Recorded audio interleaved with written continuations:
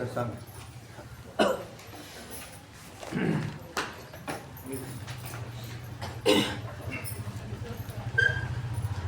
तरंग चौथा मुद्दा क्रमांक 5 आणि त्याच्यामध्ये शिष्याने शंका घेतलेली आहे.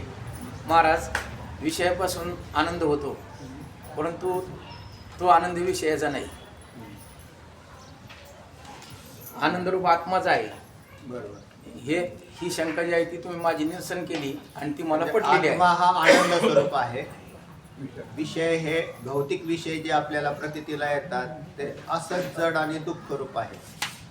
आणि त्याच्याविषयी युक्तीने आणि शास्त्र प्रमाणाने बी निरसन झालं बुद्धीमध्ये. युक्तीने निरसन कसं झालं असं लक्षात येतं. आत्मा आनंद स्वरूप आहे हे तर शास्त्र सांगतं. सत्यम ज्ञानम अनंतम ब्रह्म. ब्रह्म म्हणजेच आत्मा आणि तो आनंद स्वरूप आहे. संत प्रमाण सुद्धा सांगतात. काय म्हणतात संत प्रमाण? आनंद अद्वय सत्य ज्ञानानंत गगनाची प्रावरण नाही रूप वर्ण गुण तेथे. आनंद स्वरूप आत्मा आहे असं सांगितलं.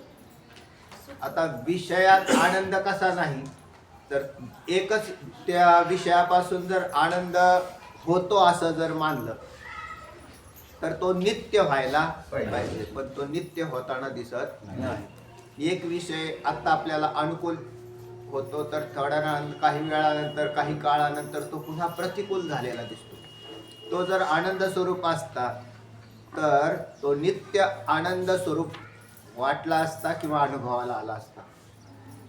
तशी साखर ही गोड आहे, ती नित्य गोडच लागते.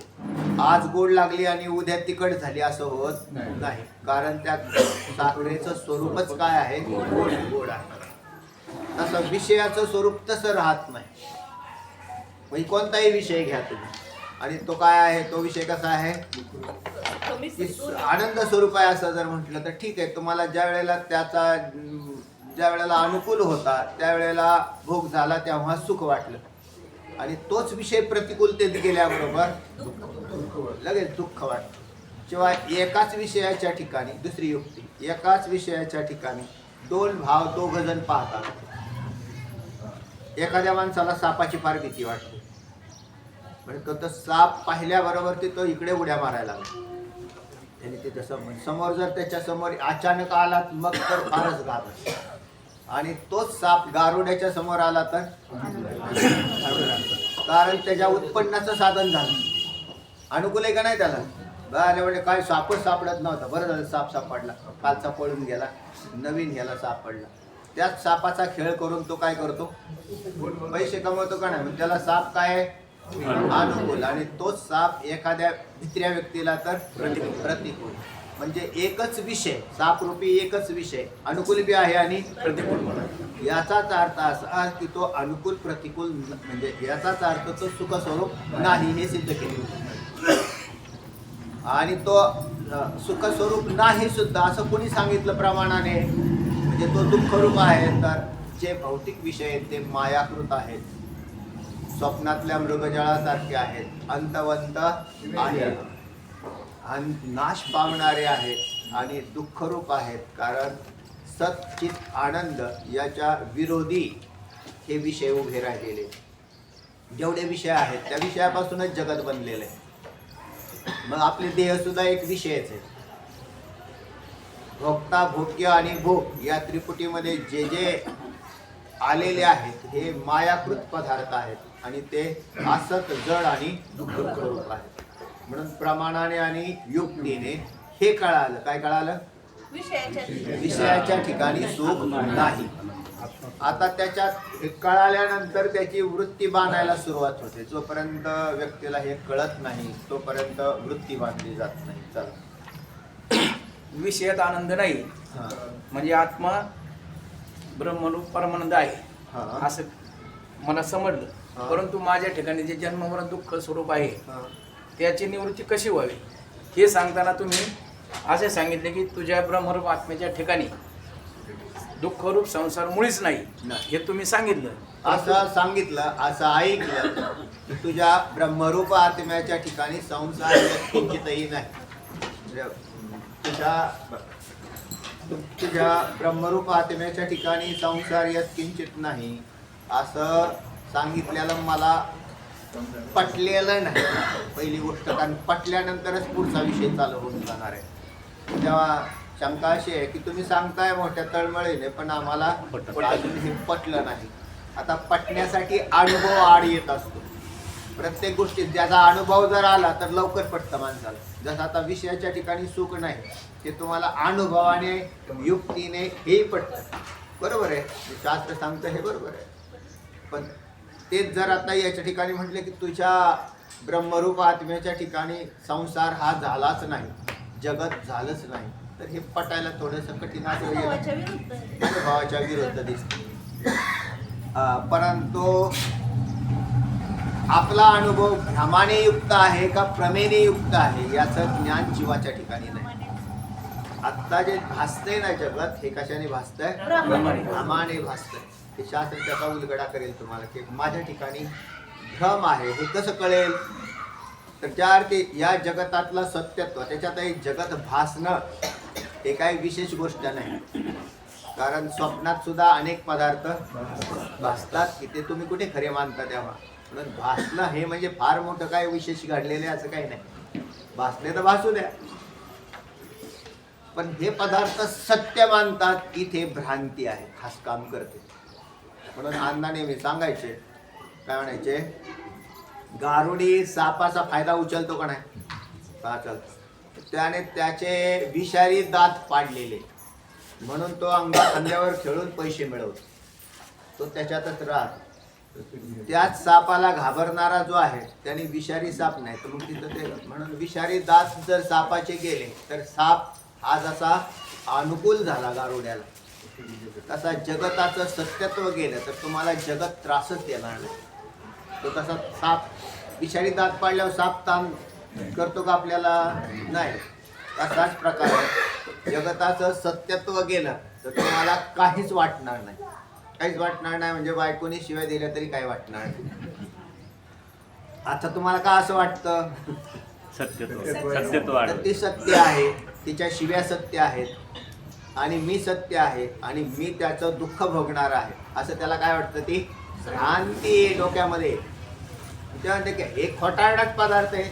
आणि असे एकच खोटे पदार्थ तुम्हाला ताण देतात का? नसती पत्नी ताण देते का असं त्याचा अर्थ नाही. तर अनेक पदार्थ असे आहेत. तुमचा एखादा दोस्त असेल त्याने बी शिव्या दिल्या असतील तुम्हाला, तोही काय म्हटला तुम्हाला, मला असं म्हणावं का ते? तो लगेच त्याचं कारण आहे तोही खोटा, त्याच्या शिव्याही खोट्या, त्याचं बोलणं खोटं, सगळंच खोटं. त्याला काय वाटतं हे नाही महत्त्वाचं, मला काय वाटतं हे महत्त्वाचं. कारण मला काय होत असतो त्याचा अनुभव येत असतो.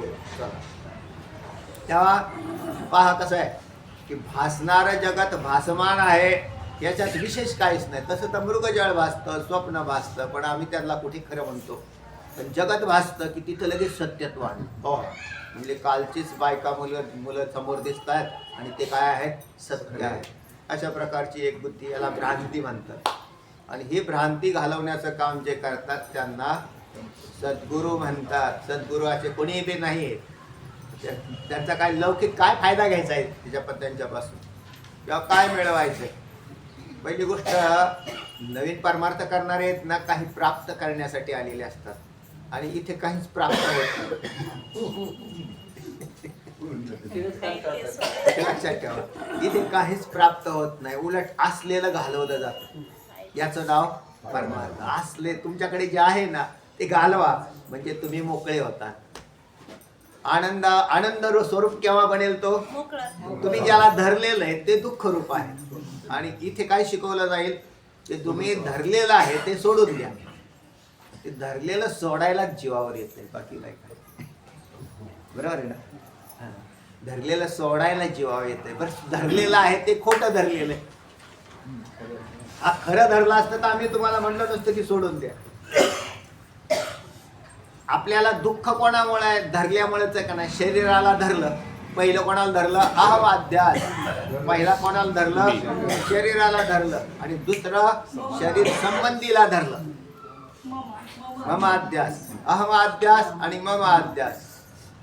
जैसे माते काय अहम ममतेची लवड सवडी माते न पवतीची बापुडी म्हणून जन्म मरणाची दुतडी डवळते ठेले. ज्या या दोन अध्यासावर सगळा हे टिकलेलं आहे. हे ज्याला भ्रम म्हणतात शास्त्रात. मग गुरुकृपेने काय जाईल? भ्रम जातो. आणि भ्रम गेल्यावर प्रमा ज्ञानाची उत्पत्ती. प्रमा काय?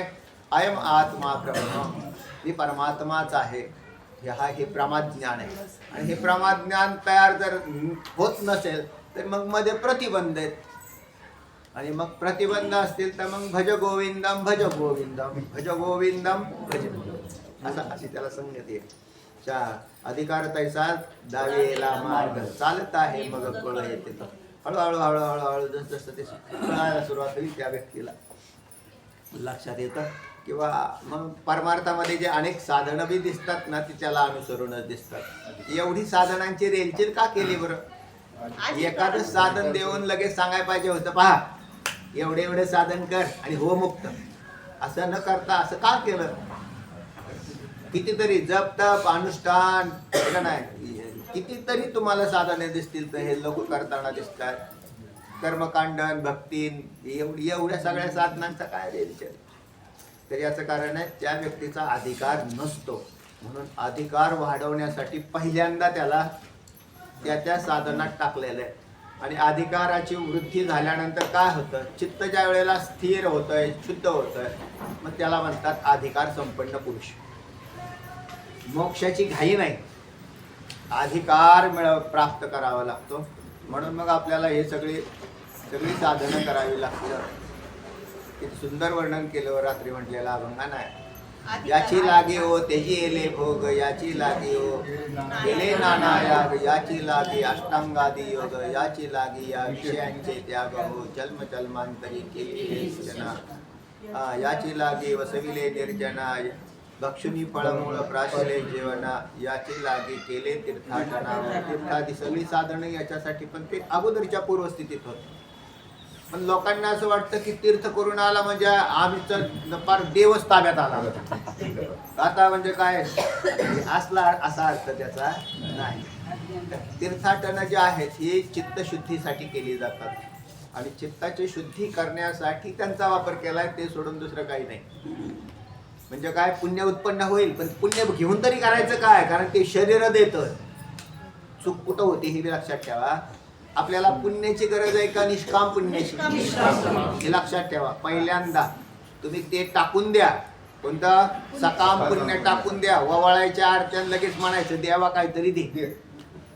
हे भाई लोकांचा जोर त्याच्यावर जास्त. हे टाकून द्या. कारण ते जर नाही टाकलं तर तुम्ही सकामतेला अंगीकार कराल. आणि सकामता आली तर तुम्ही काय कराल? शरीर घ्याल. आणि शरीर आली की दुःख भोगाल. दुःखातून सुटलेच कुठे? आणि एका शरीराचा विचार नका करू. एका शरीराचा म्हणजे आत्ता मला काय खायला प्यायला भोगायला लागतं याचा विचार नका करू. कारण हे तर प्रारब्ध वशामध्ये मला प्राप्तच आहे. तो देव सुद्धा काढून नाही घेऊ शकत. माझ का बरं घेऊ शकत नाही?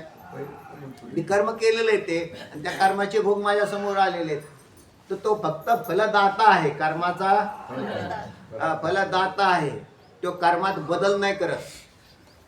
म्हणजे तुमच्या जीवनामध्ये जर चांगले भोग असतील तर ते म्हणजे काय नाही देवाच्या कृपेने आम्हाला मिळाले. हे देवाची कृपा किंवा नाही, ते तुमच्या कर्मामुळे तुम्हाला प्राप्त झालेले. केले कर्म झाले त्याची भोग आले. तो फक्त काय करतो? देतो. आता त्याच्यात जर वाईट असेल तर वाईटच प्राप्त होईल भोग, आणि चांगलं असतील तर चांगलंच प्राप्त होईल. त्याने बदल केले पण तो कशाला त्याच्यात ते काहीच करत नाही म्हटल्यानंतर तुम्ही कशाला ते करत बसले? लक्षात आलं ना? म्हणून आपला सगळ्यात जास्त मोठा समाज कुठं गुंतलेला आहे? सकामतेत गुंतलेला आहे. यांना तिथून बाहेर काढावं लागेल. तेव्हा कुठं निष्कामता तयार होईल. निष्कामता म्हणजे काहीच मागणे नाही. आम्हाला देवाला काहीच मागायचं नाही. मग काहीच मागायचं नाही म्हणजे मग फायदा काय म्हटले महाराज? तर फायदा चित्तशुद्धीचा होतो. कोणता? चित्तशुद्धीचा. आणि दुसराही एक फायदा आहे पण तुम्हाला तो ज्ञात नाही. त्याला म्हणतात अदृष्ट. म्हणजे चित्तशुद्धी तर झालीच झाली, पण तुम्ही जर मुक्त झालेच नाही.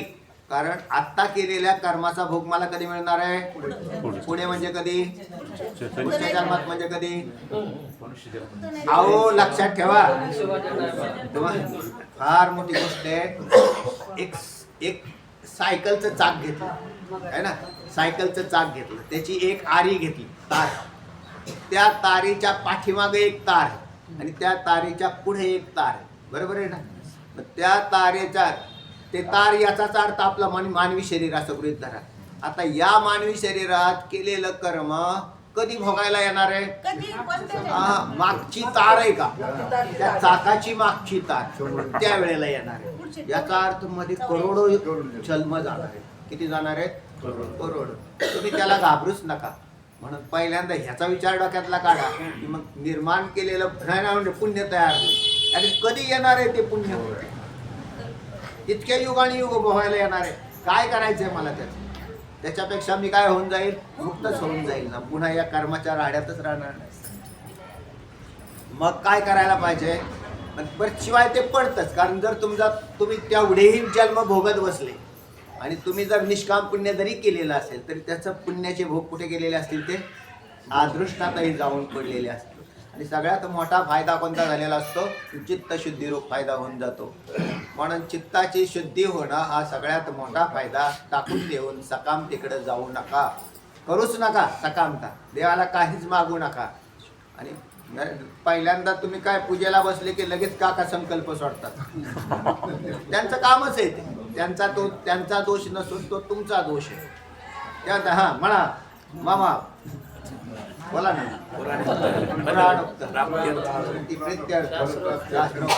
कर्म करीशे संकल्प सांगा. संकल्प सोडतात. हा त्याला काय हो, त्याला मातीत घालता. काही होत नाही. तुम्ही घाबरूच नका. तुम्ही घाबरताय म्हणून कोणाच्या तरी मागं लागता. तुम्ही घाबरू नका. त्याचं कारण पहिली गोष्ट तुम्ही तर ब्रह्मच आहात. हा ठासून निर्धार करा की मी सच्चिदानंद ब्रह्मच आहे, मी शरीरधारी नाहीच आहे. आता नाईलाजाने या शरीरात आलेलो आहे, ते अज्ञानवशामध्ये आलेलो आहे. अज्ञानवशामध्ये आलेलो आहे म्हणजे न कळता संग झाला सहज खेळत अशी अवस्था आपली झाली. न कळता संग झाला. या शरीराशी कसा संग झालाय? देव जाणे. कारण याला शास्त्रातही उत्तर नाही. मग मी जन्माला का आलो याचं उत्तर नाही. पण मग मायेशी कुठेतरी संग झाला एवढाच त्याचा अर्थ होतो. चला आले का सगळे? आता सगळे येईपर्यंत नाही तर पुढचा विषय निघून जाईल त्यांचा. चला सांगा आता. महत्वाचा विषय मुद्दा कोणता आलता आता? की हे जगत झालेलं नाही, जगतच झालेलं नाही. मग दिसतं कसं? तर याची तुम्हाला स्वानुभूती यायला सुरुवात होऊन जाईल. तर हे कसं दिसतं? हे शास्त्रशुद्ध तशी प्रक्रिया आपण चिंतन करू तसं आपल्याला हे ज्ञात होत जाईल. सांगा. शिष्य म्हणतो माझ्या ठिकाणी हे जगत झालंच नाही किंवा ब्रह्मस्वरूपाच्या ठिकाणी संसार मुळीच नाही. तर तो प्रतीत एक शास्त्राने सांगितलेलं तुम्हाला मानावं लागेल. तुमच्या मनाने सांगितलेलं मानून काही उपयोगाचं नाही. मनोमार्गे गेला तो. मनाने काय मन काय म्हणतं याच्या भानगडीत नका पडू. मन काय म्हणत असेल ते म्हणत असेल. पण एक गोष्ट आहे, शास्त्र म्हणेल ते सांडावे, तेच राज्यही तृण मानावे, जे घेववी ते न म्हणावे विषयी विरू. ते शास्त्र म्हणतं. तस्मात शास्त्रम प्रमाणते कार्य व्यवस्थित. शास्त्राचं प्रामाण्य बुद्धीमध्ये ठेवायला पाहिजे. वेद काय म्हणतात, माऊली काय म्हणतात, तुकोबराय काय म्हणतात हे नीट पहा. आणि मला काय वाटतं तर त्याला काट मार. पुढे तुमच्या आज्ञेप्रमाणे मी जर ते मानलं का संसार मुळीच नाही, तर तो दिसतोय. दिसलं ठीक आहे. आणि तुम्ही जसं सांगा की तो कोणाच्या ठिकाणी आहे म्हणजे मी त्याच्या ठिकाणी मानेल. बरोबर आहे. थोडंसं आम्हाला एवढं सांगा की कुठेतरी आहे असला पाहिजे म्हणून तो दिसतो. तो कुठे मानायचा एवढा विषय आला. आता त्याचं उत्तर सांगा. आता उत्तर सांगताना अजातवाद, आत्म्याच्या ठिकाणी संसार. अजातवाद. आता उत्तर सांगताना उत्कृष्ट वादापासून सुरुवात करायची. वाद म्हणजे काय? वादे वादे जायते तत्वनिर्णय असं म्हटलेलं आहे. वादे वादे जायते तत्वनिर्णय. वाद करणं म्हणजे शंका आणि समाधान. असं जर करत करत करत तिथपर्यंत असा वादपदाचा एक अर्थ झाला. आता इथे वाद म्हणजे विचारधारा. ही जी विचारधारा आहे त्याच्यात पहिली वेदांताची विचारधारा जर कोणती असेल तर अजात, अ म्हणजे नाही आणि जात म्हणजे उत्पन्न, जे उत्पन्न झालेलं नाही असं कोण, याचंच नाव भाजप. अशा प्रकारचा पहिला सिद्धांत. वादपदाचा दुसरा अर्थ आहे सिद्धांत. हा काय झाला? मुख्य सिद्धांत. म्हणून वेदांत शास्त्राचा मुख्य सिद्धांत कोणता आहे? जगत झालं नाही. याचाच अर्थ अजातवाद असा भाग आला. याला अनुसरून पुढचे 20 वाद येणार आहेत आता, म्हणजे दुसरे सिद्धांत जे वेदांताने मांडलेले आहेत. मुख्य सिद्धांत अजातवाद म्हणजे जगतच झालं नाही. आणि तुम्हाला आत्ता काय सांगितलं? आत्ता सद्गुरूंनी काय सांगितलं होतं? जगत झालं नाही. पण शंका अशी आली की जगत झालं नाही तर दिसतं कसं काय महाराज? तर मग ते दिसतं कसं हा विषय तुम्हाला तर सांगणार आहेत ते, त्याला काही सोडला जाणार नाही. पण पहिला सिद्धांत तुमच्या लक्षात घ्या की जगत झालं नाही हा वेदांत शास्त्राचा मुख्य सिद्धांत आहे. आणि याला अनुसरून पुढचे सिद्धांत येणार. कालत्रय जात नाही. आणि कालत्रयी, त्रयी या पदाचा अर्थ तिन्ही कालात झालं नाही. 3 काल कोणते? भूतकाळ, गेलेला, भूत, चालू, वर्तमान, येणारा, भविष्य. जाऊ द्या, 2 काळ तर सोडून द्या, पण एका काळात दिसतंय का नाही? तुम्हाला भूतकाळात जगत झालं नाही असं म्हटलं तर तुम्ही त्याला कदाचित म्हणताल ठीक आहे महाराज, नसेल भूतकाळात नाही झालं. भविष्य काळात जगत झालं होणार नाही म्हटलं, होणार नाही असं करावं लागेल ना भविष्य. तरी आम्ही मान्य करू. आत्ता दिसतं याची वाट काय? तर काय म्हणतात? येरती मायिके दुःखाची जनिती, नाही आदी अंती अवसानी. याला संतांनी प्रमाण दिली. येरती मायिके दुःखाची जनिती. येरती मायिके, माईक पदार्थ जे नाही आदी अंती अवसानी. आदी नाही, अंती नाही, ते अवसानी सुद्धा नसतात असा सिद्धांत आला. जे पूर्वी नसतात, जे नंतर नसतात, ते मध्यकालातही नसतात हा सिद्धांत आला. आता कसा? जे पूर्वी नसतात, मृगजळ पूर्वी नव्हतं, मृगजळ नंतर नव्हतं, मग मृगजळ केवळ मध्येच भासतं, त्याला वर्तमान काळ म्हणतात. आणि जे पदार्थ वर्तमान काळात भासतात ते पदार्थ अस्तित्वात नसतात. पटलं? अजून नाही पटलं. हळूहळू पाठवून सांगतो तुम्हाला. पटवल्याशिवाय पटायला जड झालं. पण मृगजळ पटलं मात्र. स्वप्न पटलं. स्वप्न आधीच होतं का? नव्हतं. जागृतीत होतं का? नव्हतं. स्वप्न काळात स्वप्न भासत होतं, त्यावेळेला तुम्ही त्याला खोटं समजत होता का खरं? खरं समजत होता. म्हणजे या जायचंय का? जायचं. तुम्ही त्याला खोटं समजत होता. श्रीराम कृष्ण. थोडा वेळ चालतो. कोपऱ्यात बस करे. चला, तेव्हा आपला विषय तुम्हाला स्वप्नाच्या दृष्टांताने सांगत होतो ना. मृगजळाचा नाही पटला तरी स्वप्नामध्ये तर तुमचाच अनुभव आहे ना. मग तुम्ही स्वप्नाला सत्य समजता का मिथ्या समजता? स्वप्नात स्वप्न सत्य समजता. स्वप्नात स्वप्न सत्य समजता आणि जागृतीत मिथ्या समजता. तसाच प्रकार याही जागृतीचा विषय आहे. ही जागृती हे एक स्वप्न आहे. ही जागृती पूर्वी नव्हती, ही जागृती नंतर नसेल. ही जागृती आत्ता मी देहधारण करून बसलेले तेवढ्याच काळापुरती आहे. ज्या वेळेला तुम्हाला ब्रह्मजागृती मिळेल, ज्या वेळेला तुम्ही जागे व्हाल, साधू जसे जागे झाले, ज्या वेळेला तुम्ही जागे व्हाल, त्यावेळेला हे जागृतरूपी स्वप्न मिटलेलं असेल. आणि हा अनुभव कोणाला आहे? संतांना अनुभव आहे. हा अनुभव जीवांना नाही. म्हणून आम्हाला पटत नाही तर आपण जीवकृत बुद्धीमध्ये आहोत. आणि हे कोणाला पटलं? संतांना. ते मुक्त झाले. म्हणून या कोणालाच म्हणजे हा अनुभव कोणालाच आला नाही असं जर झालं असतं तर मग आपण अडचणीत आलो असतो. पण हा अनुभव आमच्या सगळ्या साधू संतांना आला. तो मला काय येत नाही तर माझ्या ठिकाणी भ्रांती असली पाहिजे. काय? भ्रम. आणि त्याच भ्रमाची निवृत्ती करायसाठी मग शास्त्र. वरील शंकेचं समाधान करण्यासाठी सद्गुरू आपल्या शिष्याला सांगतात अरे हे जर शंका आहे या शंकेचं समाधान करताना शंका समजणं एक कठीण आहे. बरोबर आहे. आणि समजली पहिली गोष्ट आता हे समजण्यालाच कठीण आहे. जगत झालंच नाही असं म्हटलं की पहिले लोक म्हटले की वा अवघडच आहे. कारण यांनी हा पण मूळ घाव कुठे घातलेला आहे त्याच्यावरच घालावा लागतो. हे काय वरच्या फांद्या तोडून काही फायदा नाही. मुळासकट काढलं पाहिजे ते. याला आत्यंतिक निवृत्ती असं म्हटलेलं आहे शास्त्राने. आत्यंतिक निवृत्ती मुळासकट काढलं. नुसत्या फांद्या वरच्या वरच्या फुडल्या तरी ते परत जोर लावून फुटतात. म्हणून दुःख कितीही घालवायचा प्रयत्न करा दुःख येतच राहील. दुःख येत राहील कारण तुम्ही त्याच्या मुख्य भाग नाही पाहू राहिले. आणि जिथून ते सुरू झालं कीड लागलेली झाडे त्याचा शोध घेताना डॉक्टर कसे घेतात त्या किडाचं कारण शोधून त्या रोगाचा नायनाट केल्यावर ती जशी कीड गेली. तात्पुरता उदाहरण आहे बरं का कारण त्यालाही परत दुसरी कीड लागते.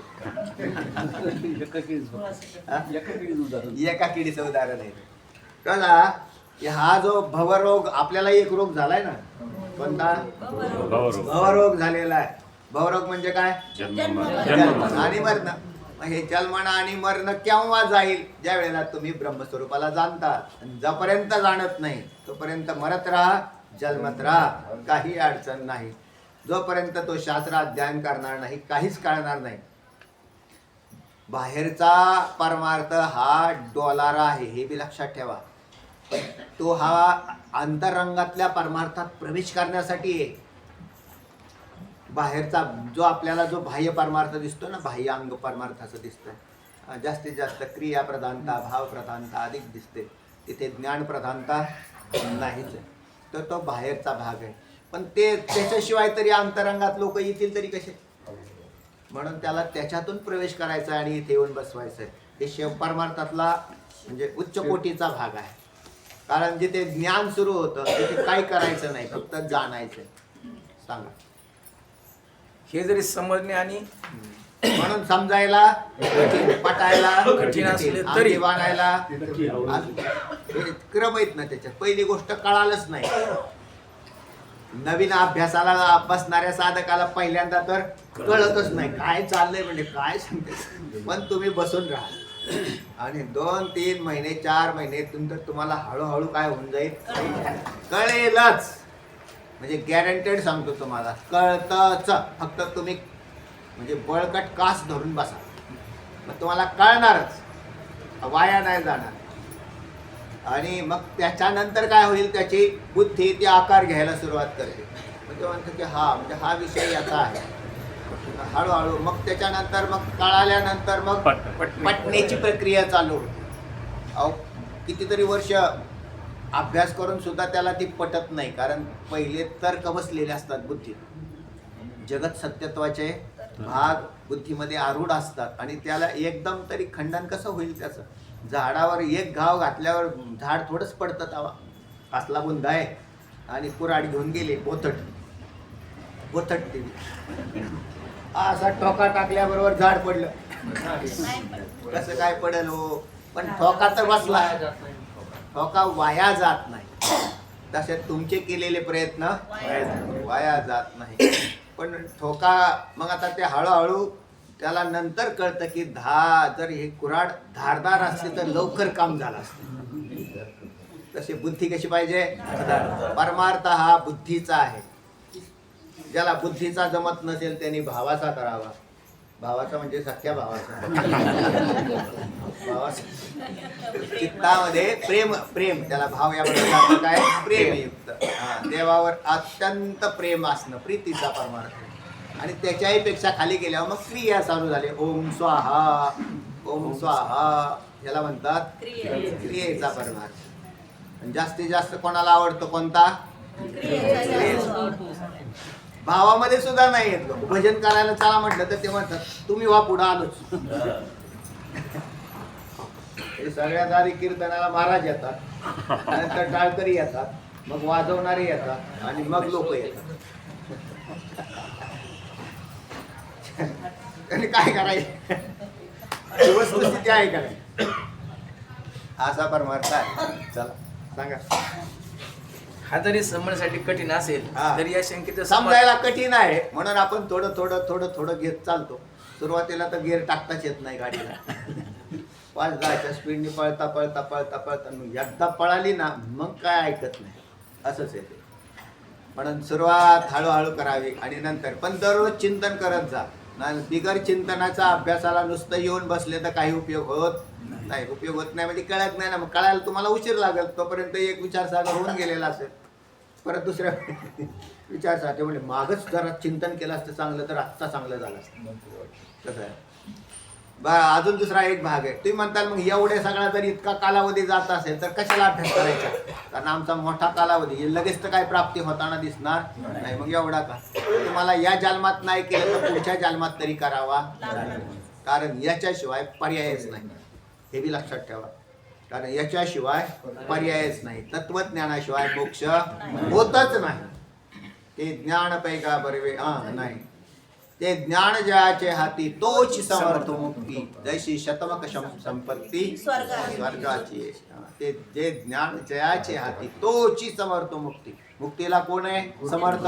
तोच आहे. तो ब्रह्मवेत्ता. तोच या जगाचा म्हणजे जगापासून फारकत घेतो आणि स्वरूपाच्या ठिकाणी जातो. एरवी जीवदशा जात नाही. चला म्हणून कोणी असा जर पर्याय काढलाच की नाही वा ह्या जन्मात सोडून देऊ, ह्या जन्मात आम्ही असं करू, थोडा संसार अनुकूल झालाय, भोग बरेच प्राप्त झालेले, आधी या वेळेला भोग भोगून घेऊ आणि पुढच्या वेळेला तर असं होणार.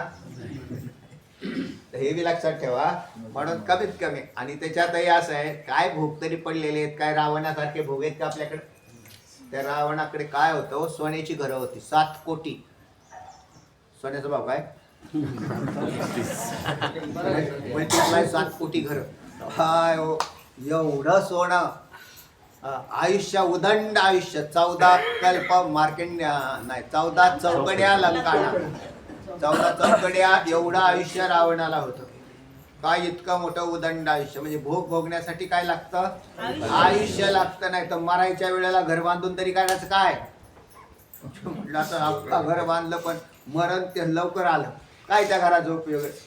म्हणून भोग भोगायला आयुष्य लागतं. शरीर बलदंड लागतं. कारण भोग शरीराने भोगले जातात. शरीरच नाही राहिलं मरायला झाले आणि भोग उपलब्ध झाले. अगदी बार म्हणजे साखर सुद्धा नका टाकू. काय मराय झाले आता काय तुम्हाला भोगाचं तरी करायचं काय हा प्रश्न आहे का? कारण कारखान्याचे साखर कारखान्याचे चेअरमन झाले आणि साखर खायला नाही. याचाही उपयोग नाही. म्हणजे शरीर बलवान असावं लागतं. इंद्रिय बलवान असावे लागतात. प्रारब्ध अनुकूल असावं लागतं. विषय उपलब्ध असावे लागतात.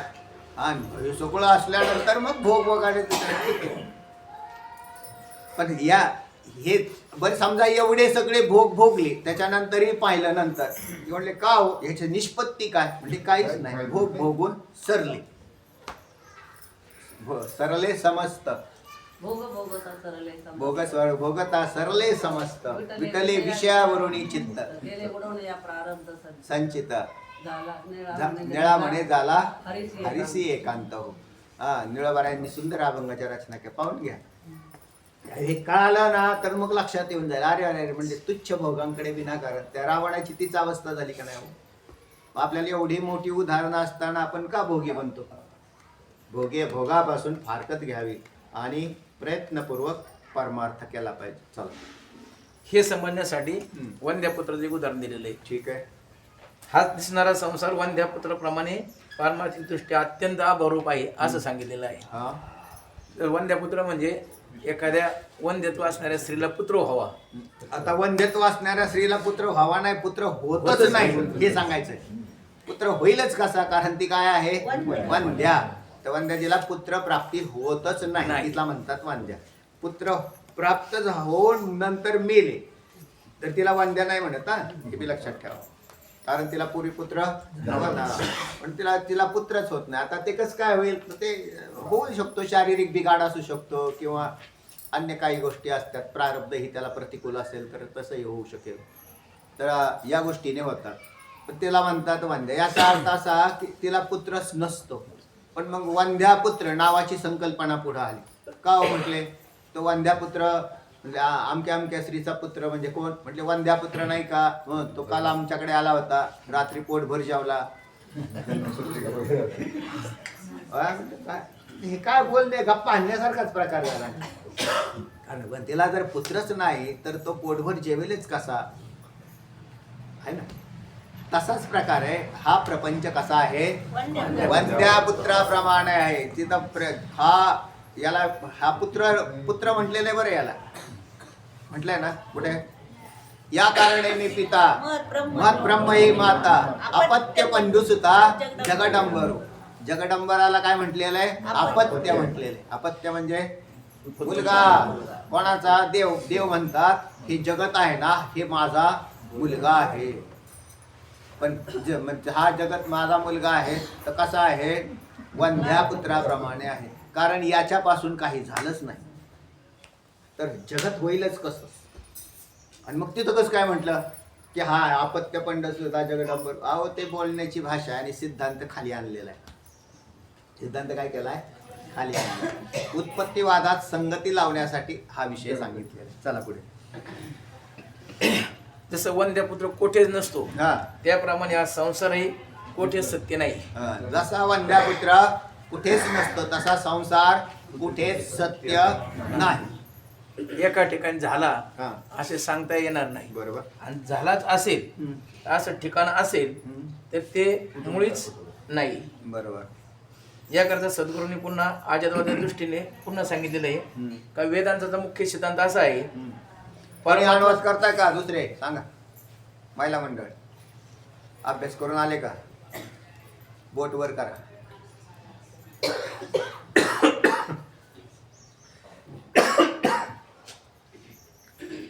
कोणच नाही सांगत.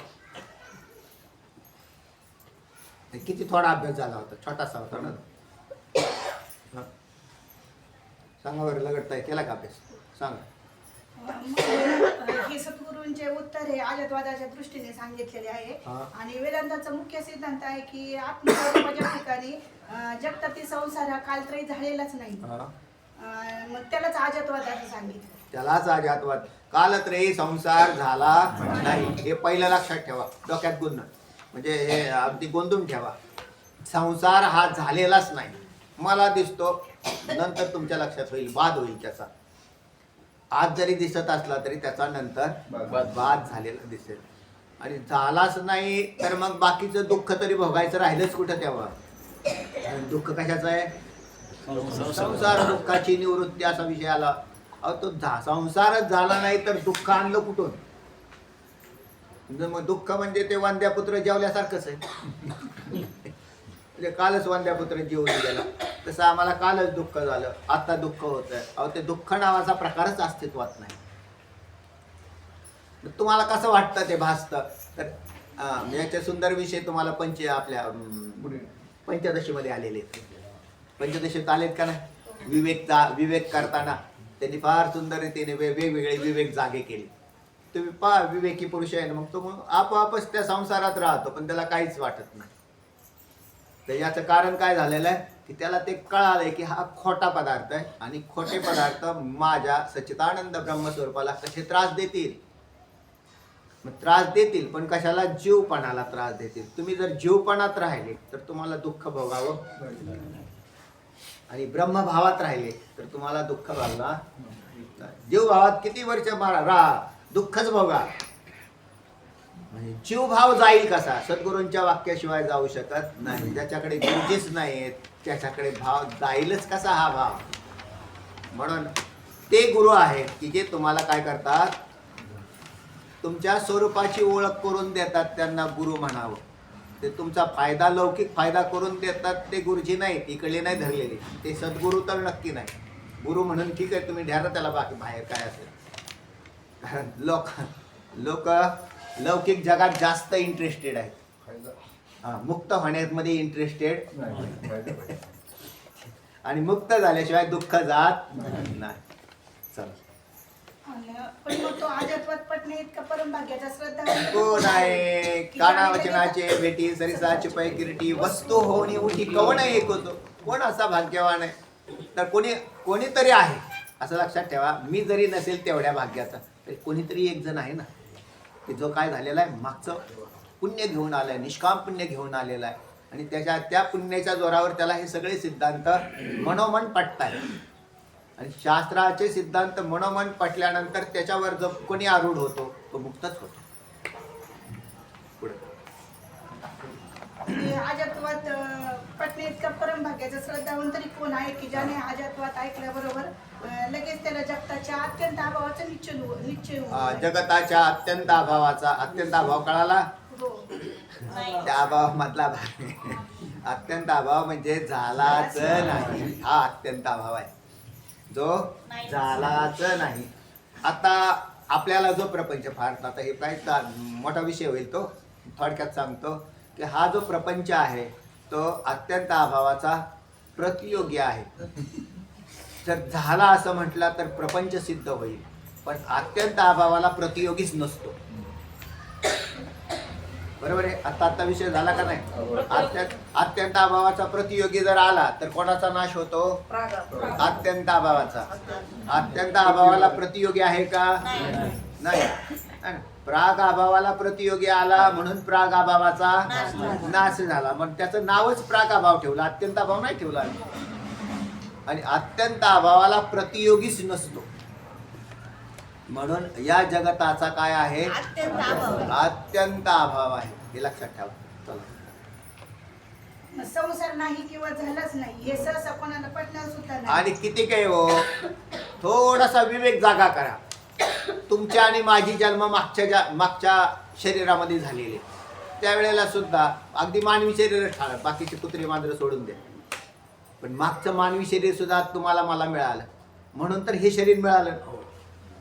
मग त्या मानवी शरीरामध्ये मी एक प्रपंच पाहिला होता आम्ही. तिथं एक पत्नी होती, मुलं होती, आई बाप होते, सगळे सोयरे मित्र मंडळ आपतेष्ट नातेवाईक धन दारा पुत्र सगळं अगदी तिथंही मुबलक होतं किंवा जसं असेल तसं होतं. त्या ठिकाणचा त्या भोग ज्या वेळेला भोगत होतो त्यावेळेला बुद्धी माझी तीच आकृष्ट होती की ही माझी पत्नी आहे, ही माझ्या. आणि मरायची वेळ आली त्यावेळेला तर म्हटलं येतो बरं का आता, बाय बाय टाटा. कोणाला करायला लागला त्यावेळेला सहज सुटला का तो नाही. आता काय करावं बाबा, एवढं कमावलं नाही, नेमके जायची वेळ आली. सगळ्यात मोठं दुःख कशाचं आहे, सोडायचं दुःख. आता बस सगळे अनुकूल आहे तर नेमकं आता बघा ना आता कसं आलं. ह्याच्यावर काय फळ काय पैसे गेले तेवढे जाऊ द्या, पण नीट होत असलं तर बघा. झालं का गाडा नीट नाही तर तो तसाच तळमळत गेला आणि परत पुढच्या शरीराला गेला. म्हणजे कुठे आला, माधवनगरला, इथे येऊन बसला. आला ते शरीर घेऊन बसले का नाही. आणि मागचं काय झालं, मागचं असंच गेलं बोंबलं. त्यावेळेला दुःख बघून इथे आला. आता तुम्हाला मागचं दुःख आहे का नाही, पण आता ह्या लोकांचं मात्र माझे म्हणल्यामुळे. आणि आता मरायच्या वेळेला परत असंच बोंबल्यात दुसऱ्या शरीरात जायचं. मग हे करायचंच कशाला, लक्षात आलं.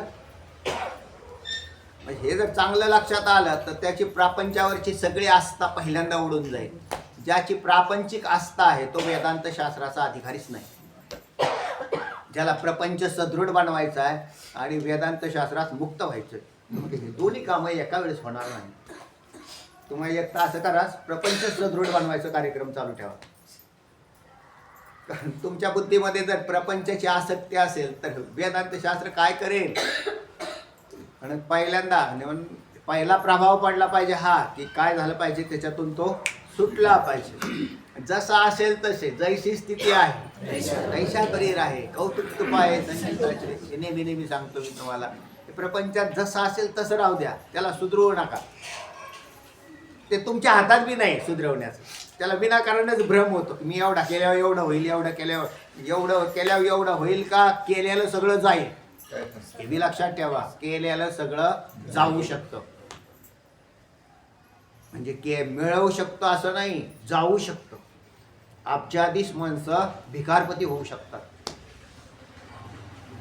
काही सांगता येत नाही. कारण ते तुमचं प्रारब्ध. कदाचित तुम्हाला म्हटले नाही आम्ही पहिले करोडपती होतो, आता अब्जाधीश झालो आणि ही सद्गुरूंची कृपा. तर ही सद्गुरू काही कृपा नाही, सद्गुरूंची कृपा नाही, तर हे तुमच्या प्रारब्धाची कृपा आणि कर्माने काय केलेले असेल ते. सद्गुरूंची कृपा असेल तर मुक्त व्हा, चला. मग संसार वंद्यापुत्राप्रमाणे झालाच नाही तर मग वंद्यापुत्राच्या प्रमाणे कोणाला दिसत नाही, तसा मग संसार दिसला नाही पाहिजे, पण तो तर प्रत्यक्ष ढळढळ दिसतोय. अशा प्रकारची शंका केलेली आहे की तो वंद्यापुत्र जसा महाराज दिसत नाही आणि इथं तर दिसतो, तर हे कसं काय समजायचं आम्ही? चला मग शिष्याने परत शंका केली की जन्म मरणारे दुःखरूप संसार माझ्या ठिकाणी किंवा दुसऱ्या कोणत्याही ठिकाणी नाही, तर तो प्रत्यक्ष का बरं दिसतो? जी वस्तू झालीच नाही तर मग ती वंद्यापुत्राप्रमाणे कोणाला दिसत नाही, तसा संसार जर झालाच नाही तर मग तो प्रत्यक्ष का प्रतीत होतो? बरोबर आहे. म्हणून मग तो झालाच नाही हे म्हणणे अनुभवाच्या विरुद्ध वाटते मला. तर मग ते हे थोडंसं माझ्या- म्हणणं अनुभवाच्या विरुद्ध दिसतंय मला. मग हे माझ्या अनुभवबुद्धीला आणि बरोबर बी आहे, कारण वंद्यापुत्राचं उदाहरण तुम्ही कशामध्ये सांगता? नाही म्हणून सांगता. आणि इथे तर प्रपंच दिसतोय, हे उदाहरण बसत नाही तुमचं खरं, वास्तविक उदाहरण बसत नाही. म्हणून या प्रपंचाची जी प्रतीती आहे ती कशी का व्हायना येते, कशी का व्हायना येते म्हणजे खरी असेल किंवा खोटी असेल पण प्रतीती तर येते. वंद्यापुत्राची प्रतीती कधीच येत नाही, या अंशामध्ये तर आहे का नाही महाराज? म्हणून या आम्हाला उलगडा करून सांगा, ते उदाहरणच खरं बसत नाही. ऐका विवर्तवादमध्ये मग झालं. का चालाय का? झालंय. कोण वाचतंय? वाचा वाचा. विवर्तवाद सांगतात श्री गुरु बाबा आता विवर्तवाद कोणता वाद आला? विवर्तवाद. पहिला वाद का संपला? पटला नाही याचा अर्थ ठीक आहे, वाद तेवढाच आहे. वाद आहे म्हणजे तेवढा जो सिद्धांत जो आहे ना तो तोच आहे की जगत झालं नाही. पण शिष्याची शंका आहे किंवा महाराज ते पटतच नाही आमच्या बुद्धीला, हा प्रपंच भौतिक प्रपंच आम्हाला दिसतोय सगळा आणि तुम्ही म्हणता झाला नाही, हे आम्हाला पटलं नाही. आता तो वाद कॅन्सल झाला असा नाही, तर तो वाद तिथंच ठेवला आणि त्याच्यापेक्षा एक खालची पायरी, खालच्या पायऱ्यामध्ये आलो आणि त्याला म्हणतात विवर्तवाद. हा विवर्तवाद कसा आहे ऐका. त्याला म्हणतात विवर्त या पदाचा अर्थ आहे मिथ्या. विवर्त पदाचा पहिला अर्थ काय आहे? मिथ्या. दुसरा अर्थ आहे त्याचा अध्यस्त. आता अध्यस्त पदाचा अर्थ तुम्हाला माहित नसेल तर भ्रमाने भासणारा पदार्थ त्याला काय म्हणतात? अध्यस्त म्हणतात. म्हणजे जो पदार्थ भ्रमाने भासतो त्याला काय म्हणतात? अध्यस्त. आणि मग भ्रमाने भासलेला पदार्थ खरा नसतो म्हणून त्यालाच काय म्हणतात? मिथ्या. म्हणजे खोटा, आपल्या भाषेत खोटा. पण भासतो पण खोटा असतो. जसं मृगजळ, हे माहिती ना सगळ्यांना? मृगजळ माहित नाही असं कोण आहे का? बोटवर करा. त्याला मृगजळ माहित नाही तर तुम्हाला काहीच कळणार नाही बरं. आता आहे ना किरकोळ शंका असेल तरी काढून घेत जा, नाही तर परत 100 वेळा मी सांगाल तुम्हाला मृगजळ, त्यावेळेला तुम्हाला काही नाही कळणार. मृगजळ माहिती का? ताईला ते नवीन बस आलेल्या आहे का माहिती? मृगजळ माहिती का? नाही म्हणायचं ना स्पष्ट. ते बरोबर आहे, कारण ते असा भाग आहे शहरातल्या लोकांना मृगजळ दाखवा तरी कुठं डांबरी रोडवर न्यावं लागतं. डांबरी हायवेला उन्हाळ्याच्या दिवसामध्ये जे पाणी दिसतं का? डांबरीवर पाणी दिसतं का? दुपारी 12-1 वाजता आपल्या ग्रामीण भागात त्याला जळाया म्हणतात. ते पाणी दिसतं का? त्या पाण्याचं नाव काय आहे? मृगजळ. ते पाणी खरोखर असतं का नाही? खरोखर असतं तर पाईपलाईन कशाला टाकावं लागतं? ते पाणी खरं नसतं पण भासतं, त्या पाण्याला काय म्हणतात? कारण त्याला कोण सत्य मानतो? मृग. त्याच्या नावावरच टाकून दिली प्रॉपर्टी. मृगजळाची प्रॉपर्टी त्याच्या नावावर टाकली मृगजळ. मृगाला ते खरं वाटतं आणि तुम्हाला आम्हाला खरं वाटत नाही. याचं कारण तुम्हाला आम्हाला त्याचं ज्ञान आहे आणि अज्ञानात कोण आहे? मृग आहे. म्हणून तो ऊर फुटून मरतो पाण्यासाठी उन्हाळ्यात. त्याला पुढं असं तळ दिसतं. ग्रामीण भागातल्या लोकांना नाही काय अडचण, त्यांना माहिती येते मृगजळ म्हणतात. ते काय खरं? मृगजळाची गा तळी ते दिटी दुरुनी निहाळी वाचोणी पाणी साळी केळी लावसी काय. माऊली ज्ञानोबराय म्हणतात तसं. काय नुसतं दिसतंय ते तसा खोटा पदार्थ आहे. चला काय विषय आलेला आहे आता? तर विवर्तवाद सांगतायत. त्या पहिल्यांदा सूत्र झालं या वादाचं काय की खोटा मिथ्या पदार्थ भासणं, त्याचं नाव आहे विवर्तवाद. चला हा या सिद्धांतात काय म्हटलंय? श्री गुरु सांगतात, बाबा रे, हा अजातवाद कोणास पटत नाही व एकाएकी कोणा पटणे शक्यही नाही. बरोबर, त्याप्रमाणे तुलाही पटत नाही. याच्यात काय अडचण नाही. नाही तर ते म्हणले बा मग आता आम्ही बसाव का नाही अभ्यासाला? ते म्हणले तसं काही अडचण नाही, कारण हा कोणालाच पटत नाही. सांगणाऱ्याला सुद्धा प्रथम पटत नाही, पण नंतर पटल्याशिवाय राहतच नाही. निष्ठा ठेवा, शास्त्रनिष्ठा, गुरुनिष्ठा, ईश्वरनिष्ठा हे ज्याच्याजवळ उपलब्ध आहेत ना, त्याला शास्त्रकृपा, गुरुकृपा, ईश्वर कृपा झाल्याशिवाय राहत नाही. पण ज्याच्याजवळ निष्ठा नाही त्याचा काही सांगता येत नाही. मग त्याच्याद्वारे तुम्हाला 100% हे कळून जाईल. आणि पटेल म्हणाला की काय हो, खरोखर आहे प्रपंच झालाच नाही. मी इतक्या दिवस भ्रमाने याच्यात त्या मृगासारखा या प्रपंचाच्या मागं लागलेलो होतो. आता काही मागं लागण्याची गरज लागलेली नाही. स्थिर बुद्धी होणं हाच म्हणजे प्रपंचात काहीच करत नाही असं नाही, तर जे करतो ते जाणून करतो. म्हणजे कळालंय त्याला की ह्याच्यात काही राम नाही. खरा राम हृदयातच राहिला आणि बाहेर काही राम नाही. तरी सुद्धा कर्म करत असेल तर ते मुक्त महात्मे राहतात, पण जीव तसा नसतो. चला, आणि एकाएकी पटणं बी शक्य नाही, पण पटेल. म्हणून आता तो अजातवाद पटण्याकरिता अगोदर विवर्तवाद म्हणजे अध्यासवाद सांगतो. बर, आता तुम्हाला कोणता वाद पटवून घ्यावा लागेल? विवर्तवाद. अजातवाद सोडून द्या, पण विवर्तवाद पटवून घ्या. आता विवर्तवाद या पदाचा अर्थ काय किंवा तो कसा आहे याच्यासाठी तुम्हाला पुढे सांगतील. चला, तो तुला नीट समजला तर मग अजातवाद आपोआप पटेल. आपोआप पटेल. चला, आता वास्तविक जन्मादी जगत सत्य नसून भासते का याचे कारण सांगतो. आता पहिला मुद्दा आला, काय आलाय? जन्मादी जगत सत्य नसून भासते का? ज्याचा जन्मच झाला नाही असं जगत भासतं का? हा पहिला मुद्दा आहे ना. तिथून सुरुवात केली आपण चिंतनाला. चला, काय म्हणतायत ऐका. याचे कारण सांगतो. तुला स्वतःच्या आत्म्याचे मी मनुष्य, मी ब्राह्मण, मी सुखी, मी दुःखी वगैरे रूपाने ज्ञान आहे का? हे खरं आहे का? आहे. मला माझ्या स्वतःच्या आत्म्याची, पहिली गोष्ट तुम्हाला आत्मा म्हणजे काय हेच माहित नाही अजून. तुम्ही ज्याला आत्मा समजताय ना तो आत्माच नाही. तुम्ही ज्याला आत्मा समजताय ना, तुम्ही माझ्या बरोबर बोलताय का नाही? बोलताय. मी तुमच्या बरोबर बोलतोय का नाही? हा बोलणारा पदार्थ कोणता आहे? आत्मा नाही, तर तो हा जीवात्मावरती आलेला आहे आणि आत्मा खाली झाकला गेलेला आहे. हा जीवात्मा जो आहे, म्हणून जो व्यवहार करतोय तो जीवात्मा, आणि त्याला व्यवहार करण्यासाठी एक साधन दिलेलं आहे, ते शरीर आहे, ते वरचं शरीर आहे. म्हणून या शरीराच्या द्वारे आतमध्ये असणारा जीवात्मा हा व्यवहार करताना दिसतो. तो जीवात्माही खोटा आहे आणि शरीरही खोटा आहे. म्हणजे तुम्हाला आत्मा माहितीच नाही. तो आत्मा काय? सत्य आहे. ज्या आत्म्याचं मला ज्ञान नाही. मला जे ज्ञान आहे ते खोटं आहे. म्हणून तुझे ज्ञान काय म्हटलं? वगैरे रूपाने जे ज्ञान आहे. आता कोणतं ज्ञान? मी मनुष्य आहे, है ना. तर आत्मा मनुष्य आहे असा शब्द प्रयोग केला तर काय झाला? चुकला. आत्मा मनुष्य नाही. मी ब्राह्मण आहे. आता ब्राह्मण हे एका वर्णाचं नाव आहे. ब्राह्मण, क्षत्रिय, वैश्य आणि शूद्र अशा प्रकारचे 4 वर्ण मानवामध्ये अस्तित्वात. त्या 4 वर्णात मी ब्राह्मण आहे म्हणजे माझा आत्मा ब्राह्मण आहे. चुकलं. लक्षात आलं? चुकलं. मनुष्य आहे हेच चुकलं. ब्राह्मण आहे दुसरी चूक झाली.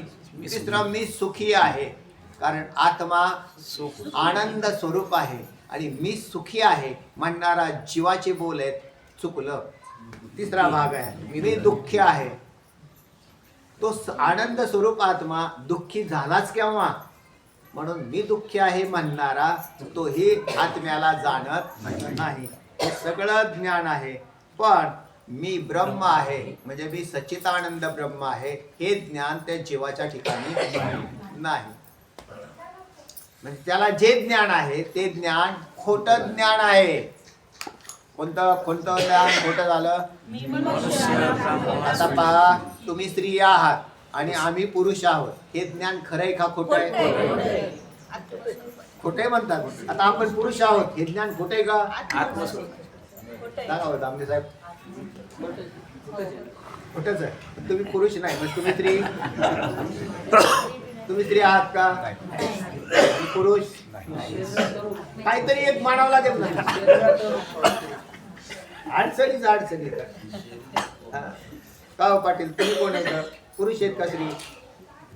पुरुष आहे. स्त्री नाही ना? जीवाने पकडलं स्त्री पुरुष आत्म्याने. तुम्ही ते आमचा विषय सोडून घ्या, तुमचा विषय घ्या. तुम्ही स्त्री आहेत का पुरुष आहेत? आईच नाही. खरी वस्तू आहे बरं का. वस्तुस्थिती तुकोबराय म्हणतात, काहीच मी नव्हे कोणी देशीचा एकला ठाईचा ठाई हे नाही जात कोठे येत फिरोनिया अवघेची वायावी न बोल. अहम निर्विकल्पो निराकार सर्वत्र सर्वेंद्रियाणां सदा मे समत्वं न मुक्तिर्न बंध चिदानंद शिव होम शिव. मी कोण आहे? शिव आहे. शंकराचार्य सांगतात तसे मी परम तत्व परमात्मा आहे.